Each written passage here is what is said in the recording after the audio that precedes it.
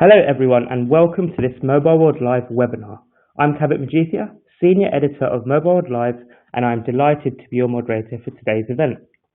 Over the next hour or so, we are going to be exploring the topic of roaming and how roaming SIMs can help users overcome not only the complex challenges of using devices globally, but also expand global IoT deployments. Before we start, we'd like to gauge an idea of how best our audience would describe management of roaming IoT device connections.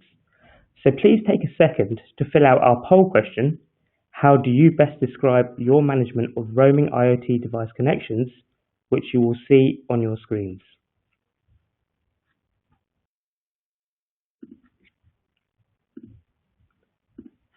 Thanks. To explore this topic in greater detail, I'm joined by two speakers today.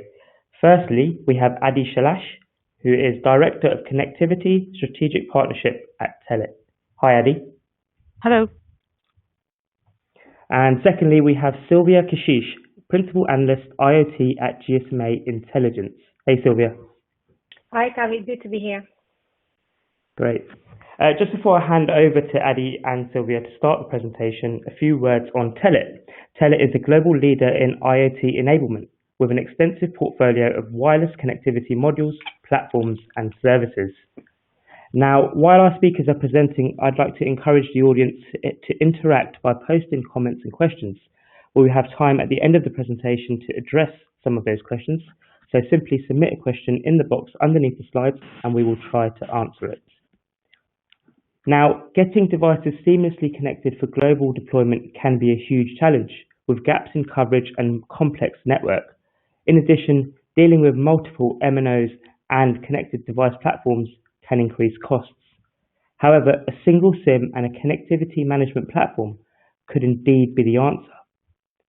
To kick off, I'm going to hand over to Sylvia to give us an overview of the IoT market.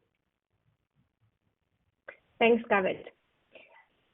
So let's start with discussing how big is IoT as a market, just to make sure that this gives a bit of a background to today's discussion. But first of all, we need to recognize that COVID-19 pandemic has had an impact on IoT, and this actually varies by verticals, by geography, and it's a mix of short-term decline in demand and longer-term move towards the digital transformation of enterprises. So how big is IoT? You can see on the slide in front of you that global IoT revenue reached 400 billion in 2020 and will more than double till 2025. And however, what we have seen is that there was a contraction in demand. So compared to our previous forecast for 2025, which stood at 1.1 trillion, we forecast a 200 billion contraction as such. And in 2020, year-on-year growth actually slowed down to 10%. Reflecting what has happened globally, so economies being in a dire state and enterprises having to tighten the belts on spending. But longer term, and that's the reason we're here discussing IoT and the need for IoT, there will be moved to streamline operations more and grow revenue with smart technologies. So this is the view on revenue. In terms of connections, we forecast, and that's across all sorts of network connectivity, including shorter of connectivity types. We estimate that globally there were 13 billion connections in 2020, and they will more than double to 2025. And again, after initial contraction, the demand will recover due to digital transformation. And what we see is that when you then return to licensed IoT connections, which we at GSMA Intelligence define as selling end-to-end and licensed LPWA, which is a mix of both NB-IoT and LTM. This will increase further as well from 2.1 billion in 2020 to 3.7 billion in 2025. Turning our attention to NB-IoT and LTM, so license of WA, and Adi later on will discuss that as well. We actually see that this will grow rather fast. Adoption will pick up very fast. We have estimated around 200 million licensed WA connections in 2020, and that will grow to almost 1.1 billion by 2025. So fast growing market overall. But why enterprises deploy IoT? And here I'm turning to our Enterprise in Focus survey that we're running across 2,900 enterprises, 18 countries, and 8 verticals.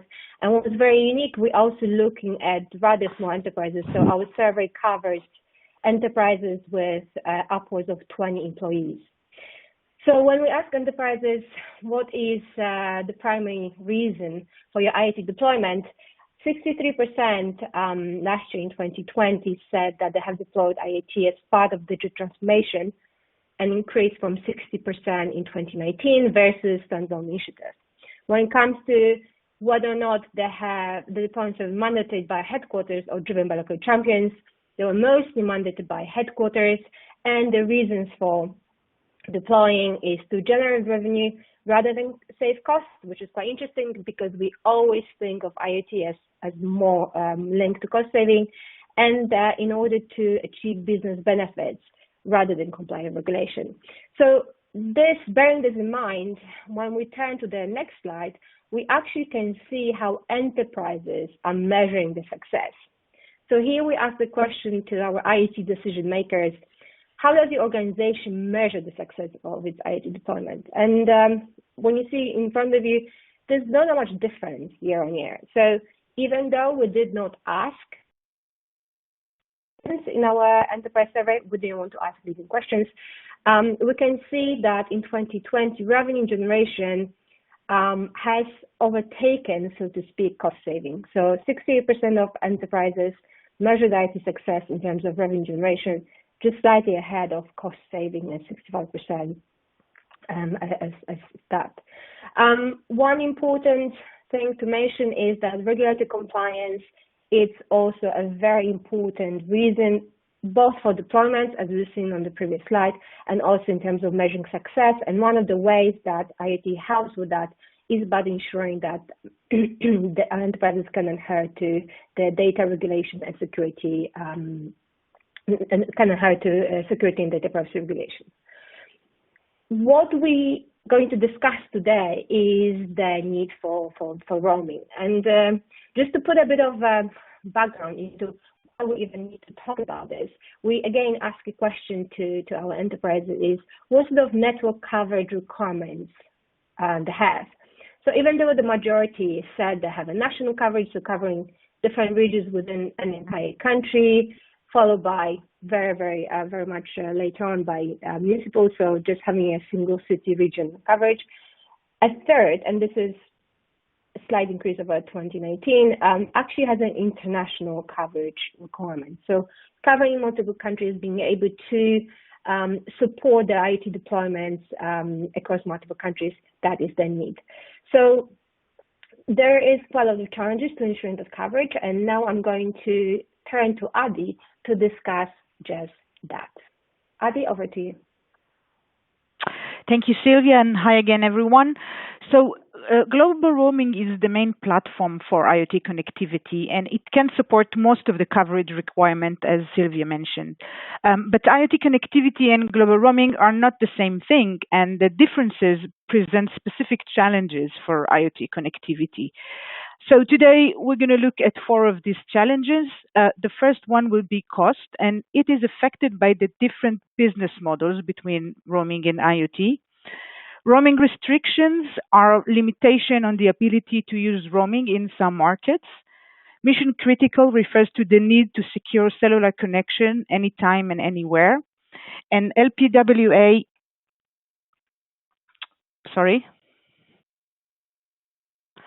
And LPWA is our network technologies that are specifically designed for IoT requirement. Then we will also look on some of the solutions that are offered by IoT connectivity, especially multi-SIM, EUACC, and comparing to reseller. So first of all, what is global roaming? Global roaming is an arrangement between MNOs that enable a customer of one MNO to use the network of a different MNO. So as we can see in the chart on the right, when a customer from North America arrives in Europe, the handset, the device, is asking the network to receive service, the visited network. The visited network then ask the home network if they can serve this customer. And once the home network is acknowledging, the customer in Europe can receive the service. A mature MNO usually have about 600 roaming partners, and they cover almost every country in the world. While IoT connectivity is based on the same technology as global roaming, there are differences in the business model, and that may affect the cost of IoT connectivity. So what are the differences that affect the cost? First of all, most obvious one, global roaming is for travelers, for people, and IoT connectivity is for machines. In global roaming, we have a short value chain, normally 2 MNOs and 1 customer. In IoT connectivity, we have a longer value chain. It could be 2 MNOs, a connectivity provider, resellers, manufacturers, and always an end customer. Global roaming have a usage-based cost, meaning the cost is based on what you use, while IoT connectivity is shifting to access-based cost. Global roaming have a simple use case, a person using their phone, talking, texting, using data. IoT connectivity have diverse use cases. It can go from meters that use few kilobytes a month to video streaming application with terabytes of data every month. There's also a difference in the verticals that are driving this business. Global roaming is obviously driven by global traveling, and IoT connectivity is driven by many verticals like health, utilities, commerce, automotive, and more. On the ARPU side, global roaming is usually have high ARPUs, while IoT connectivity have many use cases with very low ARPU. So although these differences were clear for a while now, IoT was considered like a byproduct of global roaming and normally did not get a lot of attention. This has changed or started to change in 2020 due to the pandemic. And from the MNO perspective, 2 major things happened. One, revenues from roaming dropped significantly, and the other thing is IoT connectivity usage became very clear. Lack of roaming exposed the presence of many IoT devices roaming on the network. This changed the MNO perspective on IoT, and MNOs are now more focusing on the network technologies that are suitable for IoT, LPWA, that we will discuss in a minute. And they're also developing billing format to support the new diverse use cases and for better monetization. Adi, if I could just ask a question here. Obviously, sure. there has been a reduction in roaming revenue for MNOs because of the pandemic, but as international travel starts up again, do you believe that will change the focus back to roaming from IoT, or will this be a long-term play now for MNOs? I believe that would be a long-term plan. I think the MNOs have realized the business potential in IoT connectivity on top of global roaming that we all hope will be back soon. They have already dedicated resources for the network deployment, for the billing format. So this is why this will not go away. The business models might change and continue to evolve. And this is why you need a connectivity provider that have flexible solution to meet these changes. Great, thank you. Welcome. The second challenge that we mentioned is roaming restriction or permanent roaming restriction. Those are a set of rules that prevent permanent presence of an IoT SIM in a network in some key markets. It usually limits the number of SIM or the time period that the SIM is allowed to be connected to the network. This could be a commercial decision by an MNO, or it can be a regulation in this specific market. The definition and sensitivity varies between markets and between MNOs, but as you can see on the right, there are already key markets that are restricted in some way. We can see Australia, US, Turkey, China, and Brazil.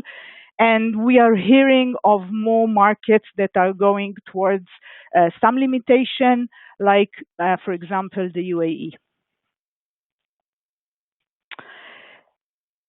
Now we come to LPWA roaming. LPWA stands for Low Power Wide Area, and this refers to two specific technology that were mentioned before by Sylvia. One is CAT-M or LTE-M, and the other one is Narrowband IoT. They are specifically designed or better designed to support IoT services. So from the customer perspective, from the IoT customer perspective, the main upside for this technology is battery power saving, which of course saves money for the customer. And the main differences between LTE-M and Narrowband IoT in terms of functionality is that LTE-M is more suitable for mobile services and outdoor service, while Narrowband IoT is more for stationary applications that are indoors. On the MNO side, the picture is a little bit different. For CAT-M, LTE-M, ARPU is expected to be diverse, so there is a potential for higher ARPUs. And it is a fairly straightforward implementation. This is part of the LTE network deployment and normally does not require too many resources. And it is also perceived as a global service and therefore more appropriate for roaming. Narrowband IoT is a little bit more complicated. The upside for the operator is that it can support millions of devices on one cell tower, but it presents challenges that will require some ROI and will affect deployment and costs. So Narrowband IoT is characterized by low usage and therefore low ARPU. It requires separate deployment and therefore national coverage is still limited. And it is perceived as a local service, so may not be so appropriate for roaming. And for this reason, we expect that access fee will apply to Narrowband IoT. This is the world map of LPWA commercial launches. We already have 156 networks that have officially launched these technologies. But we at Telit, we estimate that less than half of these networks are actually ready for Narrowband IoT roaming. And so now I will hand over back to Sylvia to give us more viewpoint on LPWA. Sylvia. Thanks, Adi. So as Adi has mentioned, there are 157 networks in total, so both NB-IoT and LTE-M, and operators continue to roll out both NB-IoT, which are around 105 networks at the moment out there, and LTE-M as well, that there are 52 networks. And some of them that actually have both of those networks enabled, so both LTE-M and NB-IoT. So when you look at the chart in front of you, we actually estimate that at the moment, in terms of license LPWA, majority of those connections are based in China, so 75% of those. But by the end of forecast period, 2025, this will decrease to 66%, as more countries will deploy both NB-IoT and LTE-M, and they will scale. However, there is still a number of challenges that have to be addressed in order for the technology to scale. So very quickly going through them, coverage in some cases remains a bit of an issue because the rollouts are limited to specific use cases, for instance, utilities, not only smart metering when it comes to water, but also coming to gas. Roaming, there's quite a number of agreements, Deutsche Telekom, Telia, Swisscom, Vodafone, binding together for NB-IoT, AT&T, KPN, Orange, Swisscom working together to enable LTE-M. It is a very good step in the right direction, but still there is no global coverage as of yet. There is work on that though. In terms of module prices, And the IT and LTM quite often still require fallback technology to legacy technology, which means compared to single modes, they will be more expensive. And last but not least, something very important when it comes to network migration. So it's not only network migration, so 2G and 3G network shutdowns. LTM has been positioned very much as a replacement technology in countries that have retired 2G networks. US, Australia, we see quite a substantial adoption of LTM. However, when it comes to the operators' technology migration, some of them are a little bit unclear whether 2G network is going to switch off before 3G, which means enterprises are a bit cautious when it comes to deploying new technologies. And another migration is toward 5G. So NB-IoT and LTM, and this is very important to recognize, are part of the 5G family and will be supporting the future releases. But we also see that quite often there's still a lack of education on that front, which means that enterprises might be postponing the decision to invest in licensed LPWA technology for the fear that they will not be supported when 5G comes. This is not true, it will be supported. So we again turn into the enterprise survey to get a bit of insight in terms of which verticals are deploying and trying to deploy IoT. So when we ask enterprises which is technology have you deployed, LTM came a little bit ahead of NB-IoT at 25% ahead of 21%. And this is because quite a lot of deployments, IoT deployments at the moment are still very small. So even though you can see quite a lot of deployments happening, it doesn't necessarily translate into scale as such. When you look at the verticals that deploy either of the technologies, they very much look the same in terms of order. But when it comes to LTM, again, those devices that would move are more likely to deploy to manufacturing companies. They think to put it into automotive. But when it comes to NB-IoT, consumer electronics, very much follows for utilities. So those that they're not going to move. But we will see, the time will tell which technology is going to be account for the most, but most likely we'll see a coexistence of both depending on the use case. So now I'm going to hand over to Adi to discuss some of the solutions to the challenges that we have highlighted to mass adoption of licensed LPWA. Adi, over to you. Thanks again, Sylvia. So just to recap again the challenges quickly, we have the cost that is affecting by the changing business model and the MNO's action for better monetization. We have the roaming restriction that are already relevant in key market and may apply to more markets in the future. We have the mission critical requirements as business are more and more dependent on IoT. And we have LPWA, which is picking up, but still slow deployment.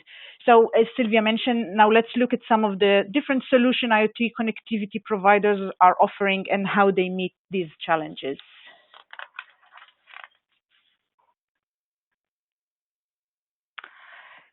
So multi-IMSI solution using more than one home network. So first of all, let's see what IMSI is. IMSI stands for International Mobile Subscriber Identity. Each SIM stores a long number that uniquely identifies each mobile subscriber. So the first 3 digits identify the home country, and the 4th and 5th digit identify the specific MNO. As we can see in the example, 502, for example, stands for Thailand, and 03 stands for the big MNO in Thailand, AIS. In roaming scenarios that we discussed earlier, the home network is identified by the IMSI. So with the multi-IMSI, in case there is a roaming fault with one IMSI, the device has the option to switch to another IMSI and to be served by a different home network.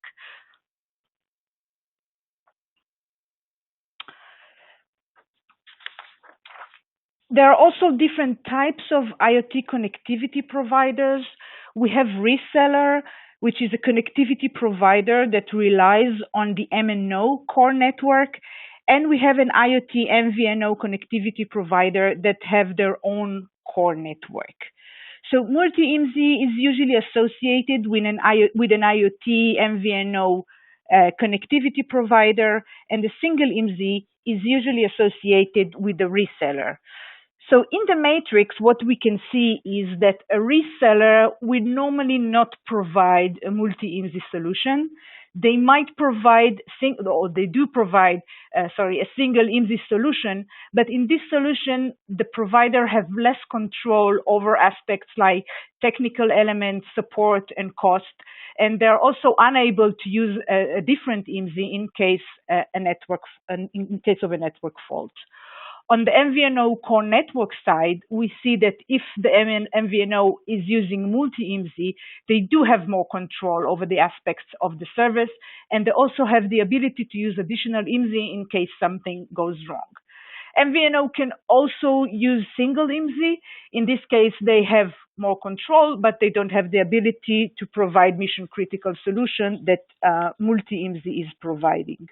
So an MVNO with a multi-IMSI solution will be the more advanced and more comprehensive solution. So if we look to compare reseller single IMSI with an MVNO multi-IMSI, we see that the MVNO usually can provide better cost. They can leverage on the competition between the MNOs that they are partnering with. On the mission critical challenge, that's the main advantage. Obviously, they have backup and redundancy in case of trouble. They can switch the IMSI. LPWA is slightly better with a multi-IMSI solution because the more MNO partners you have, the more LPWA coverage you get. And roaming restriction, as we can see, is still an issue in both, and multi-IMSI does not provide a full solution for that.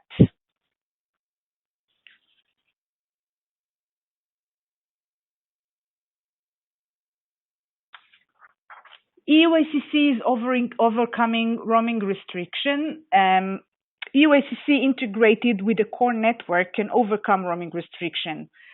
EUACC, the technology, can host multiple SIM profile and swap them remotely in a secure way.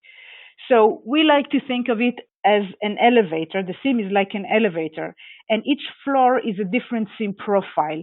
So the SIM can move between floor and switch profiles. In this example, the first floor can be the multi-IMSI profile that we discussed earlier, and the second and third floor will be a profile from a local MNO partner, let's say in the US or in Australia. From a functional perspective, it is one SIM with true global coverage, including restricted market, which is not possible in any other solution. So again, to summarize EUACC compared to multi-IMSI, EUACC may have premium cost due to the advanced capability of the solution, and there's also additional cost driving from the platform and the hardware that is used in this solution. Mission critical, multi-IMSI can provide some backup on a temporary basis in case EUACC has some problem. And of course, roaming restriction can be overcome with EUACC integrated with the multi-IMSI core network, and will support roaming in restricted markets. Adi, if I could just ask another question here. What is the difference between an MNO offering multi-IMSI and an MVNO like Telit? Well, an IoT MVNO like Telit is more focused on IoT connectivity. And as we saw, connectivity and global roaming are not the same. And focus and experience can definitely make a difference. And some IoT MVNOs like Telit are also hardware vendors, which could be an advantage when discussing EUACC, which is more related to the hardware side, and it also would give some synergy in any service that an MVNO like Telit would provide. Okay, so moving on to see some use cases and examples of industry that can benefit from this solution. So on the healthcare, we see that a service like a personal health monitoring device is definitely a mission critical and can be benefited from a multi-IMSI because they have to be available at all times or almost all times or when needed. LPWA can also present advantages because CAT-M supports mobility, it supports mobile broadband and battery saving. And on the roaming restriction side, if the person using this monitor will be traveling to the US or to Australia or live in the US or Australia, definitely roaming restriction solution is required. On the commerce area, we see businesses like vending machines that use IoT for stock management and payment. So mission critical functionality is important for the payment side. CAT-M is also helpful, although vending machines are normally not mobile. There is mobile broadband and there is a battery saving mode for this. And if you want to deploy your vending machine in restricted market, then roaming restriction solution or EUICC is also required. This is a specific example, a use case for a Telit customer from the health vertical. Reliable connectivity is critical for automated CPAP ventilators, as you can imagine.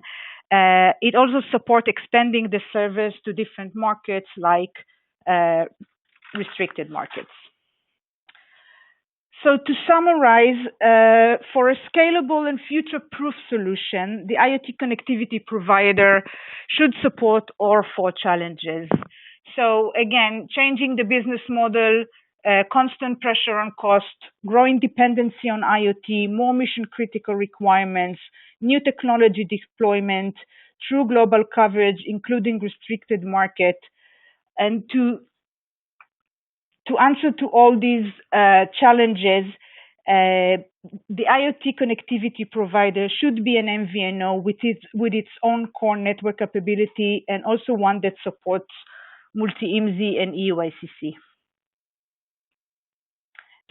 And for conclusion, as you may have heard, Telit just launched Telit Next core network connectivity solution with full MVNO multi-IMSI support, including IMSIs from 3 leading MNOs, and it is EUICC enabled. So offering true mission-critical global coverage. And that is it for me. Thank you very much. Gavit, back to you. Thank you, Adi, for that very insightful presentation.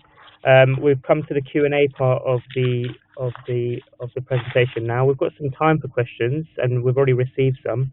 There is still time to ask a question. Just use the box underneath the presentation, and we will try and answer it. Adi, I've got the first one here for you.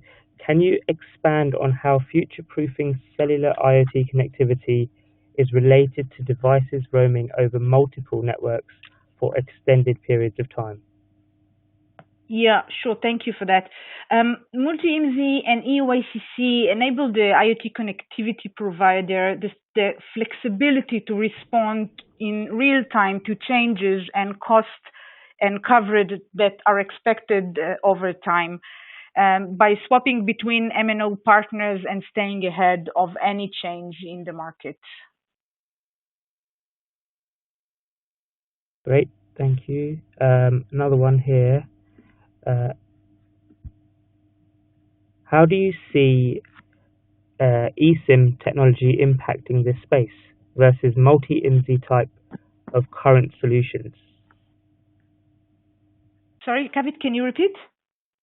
Yeah, sure. How do you see eSIM technology impacting this space versus multi-IMSI type solutions?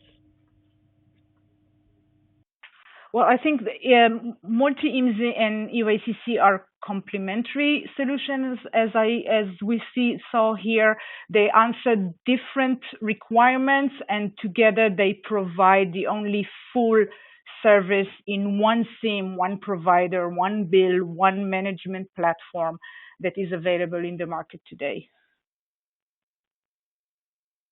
Thank you. Another one here. What opinions do you have when IoT devices must be sent to operate in a region where permanent roaming is not allowed? Do do you need to go and buy a separate contract from a local provider and manage yet one more bill and vendor? Yeah, well, you could go to a local provider, but that would be limited in a way, as we discussed before, the difference between an IoT MVNO and a local MNO in terms of focus and expertise. So the best solution today for to overcome roaming restriction is an EUACC integrated with a core network and a multi-IMSI, in my opinion. Right. What should be the strategy for buying NB IoT connectivity while there is no real roaming allowed? Would you go to buy a local contract in each country from a different MNO? Well, again, that is a possibility, but it requires more agreement and more hassle for the IoT customer. So in this case, also an MVNO integrated with an eSIM, multi-IMSI integrated with an eSIM will give you all the flexibility in terms of coverage and cost and quality of service, including when discussing narrowband IoT specifically. Okay, great. Do you also see iSIM being useful for the development of this market, and are you adopting it into your own products? Well, iSIM is the next step in the development of SIM technology, and it's definitely going to have an impact on the industry. When we discuss embedded SIM and integrated SIM, there is more advantage to use IoT connectivity provider like Telit, which also can control the hardware side of the business. So it is in the roadmap of this ecosystem. It is still not mature yet. The same solution, the same connectivity solutions will apply to iSIM and embedded SIM, same way they applied to a plastic SIM. They can both support multi-IMSI and EUACC integrated.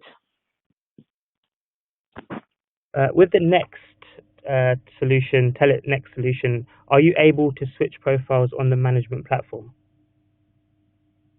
The management platform have a lot of functionality, a lot of information, a lot of action that can be taken. And for those who are interested, we are welcoming you to explore it and participate in a demo that will show all the capabilities and all the upside of using this platform. Okay, Adi will give you a bit of a break. Sylvia, as Thank private, no, Sylvia, as private network raises interest in numerous vertical industries for some use cases, may roaming not be required at all? Do you agree? Yeah, so we see a lot of development for private networks, and especially with 5G coming very, very soon, there is a lot of trials and around 5G in manufacturing, in healthcare, in public spaces, and so on and so on. But these are very distinctive requirements and use cases when it's about data isolation, when making sure that, the data stays on campus for multiple different reasons. It is still a minority of use cases. Still, when you think about the needs, and there was a slide on that, enterprises have very different needs. Some of them have a national need just to make sure that you can be in multiple different cities and be able to connect with each other. Some of it is just within the city. Some of it is within the campus. So 22% of enterprises require a campus coverage. So that's private network coverage, so to speak. But still, a third would require international coverage. So roaming needs will unfortunately or fortunately will not go away, and they will continue to stay. Private networks address very different needs. So there are obviously complementary and not, there's no either or. It's either or. Either you have an international needs or you have a local needs. Great, thanks, Sylvia. But Adi, back to you. Do you feel customers are confused by multi-IMSI versus EU ICC and changing IMSIs versus EU ICC profiles? I can see why this can be confusing. EUICC, let's put it this way, changing profiles through EUICC is another layer of flexibility. So multi-IMSI can only change the IMSIs that are stored in the profile, while EUICC can switch to a local provider over the air in a secure way. So these are two layers of change and flexibility, and I can see why this is confusing. Okay. Another one here. How do you handle contracting and billing in the multi-IMSI scenario? Let's say I am a company in Panama. We have a contract there and you provide the invoice there. Then you change the IMSI of my SIM to a US or Australia local MNO profile. Will this still be covered and invoiced under the Panama contract? Can you also provide service in the contracting country, and how? Well, I think I understand the question. If you have any business that have a separate contract with a local MNO in their own market, and this MNO is not a partner of the MVNO IoT connectivity provider, then it will be two different bills, two different contracts, and two different operations. This is why the multi-IMSI and together with EUICC give the comprehensive solution. So you can use our devices and our SIM cards in your local market as well as in other markets with the same bill, with the same platform, with the same contract and the same operation. So that will be our recommendation. Okay, great. I think we have one more.